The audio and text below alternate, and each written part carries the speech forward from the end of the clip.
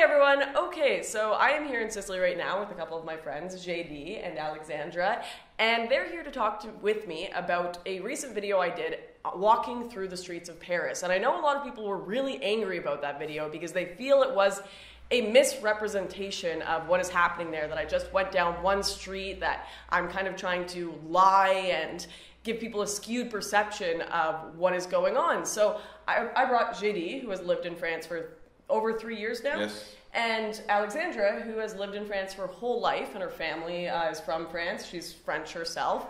Just to ask them how they feel about that video and whether they think it's an accurate representation of the changing face of France. So, Alexandra, would you say that this is just one neighborhood like that, or am I seeing it wrong? Because I just walked outside my Airbnb and I thought that was crazy. But it's quite normal scene in France, and in most neighborhoods it's pretty usual, and particularly in Paris, where we can see even more immigration each year. So that isn't just one street like that. There are lots of streets in Paris. Yeah.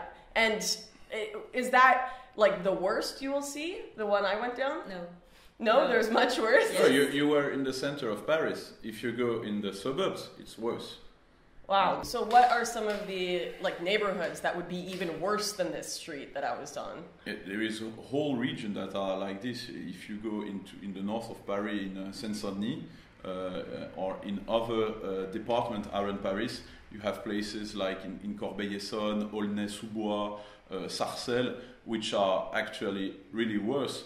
And that's not just people walking the street. There is a riot very, very often with the police, and it's nearly sometimes a state of war there. So your video, you show just an average street in Paris. Of course, not every street are like this, especially the ones that are filmed, that you can see on TV, and the one that the tourist sees. But the one you were is just an average street in Paris. But there is worse. Now, another thing I was accused of doing is people are saying these people are assimilated, Lauren. Just because they don't look like they are ethnically French doesn't mean they don't speak French and don't love the culture and are a part of the culture. Are the people in this neighborhood a part of the French culture? In fact, no. In France, we have a lot of immigration, and this creates communitarism. So people, they group by communities, and we are all separate. And we can see it in towns. For example, you have now you have neighborhoods of of European people and neighborhoods of African people, and it's getting even worse. Do they speak different languages as well? Yeah, often they speak their own languages from their country. Mm-hmm. And that's not only about the language, because it's true, some of them are part of the third generation, some of them the fourth generation. So most of them speak French, and sometimes they speak French in the street. But in some neighborhood where French is spoken, it's nearly impossible to find wine or pork or non-halal food. It means that these neighborhoods are maybe they speak French as they could speak English if they were in England, but it's not European anymore. Right. So it's not just the language, but the culture is completely different. They have their own culture. Right. And would you feel safe walking into these neighborhoods? No, in some places nobody can go. And that's just in one of these kind of, people call them no-go zones. Yeah. You call them that there too? And no-go zone, it doesn't mean that the police can never go there. It means that if the police want to go there, they have to go there with 100 policemen. So, okay, they can go, but under certain circumstances.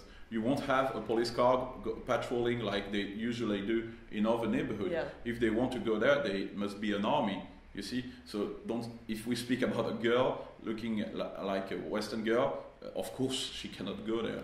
Mm-hmm. Now, you've grown up in France your whole life. Mm-hmm. Has it changed from when you were a kid much, or has this always been a problem? I guess it's getting worse, but I've grown up with this situation. For example, when I was younger, I don't know, maybe 12, I learned to protect myself. For example, I couldn't go to my house late at night. At night, and I pay attention of my clothes and the way I act in public and in the transport, for example, because in fact everything is dangerous. But you're saying it's getting worse now. So like if you walked down that same street I was on in Paris 20 years ago, would it be the same or very different from now? Very different, I guess.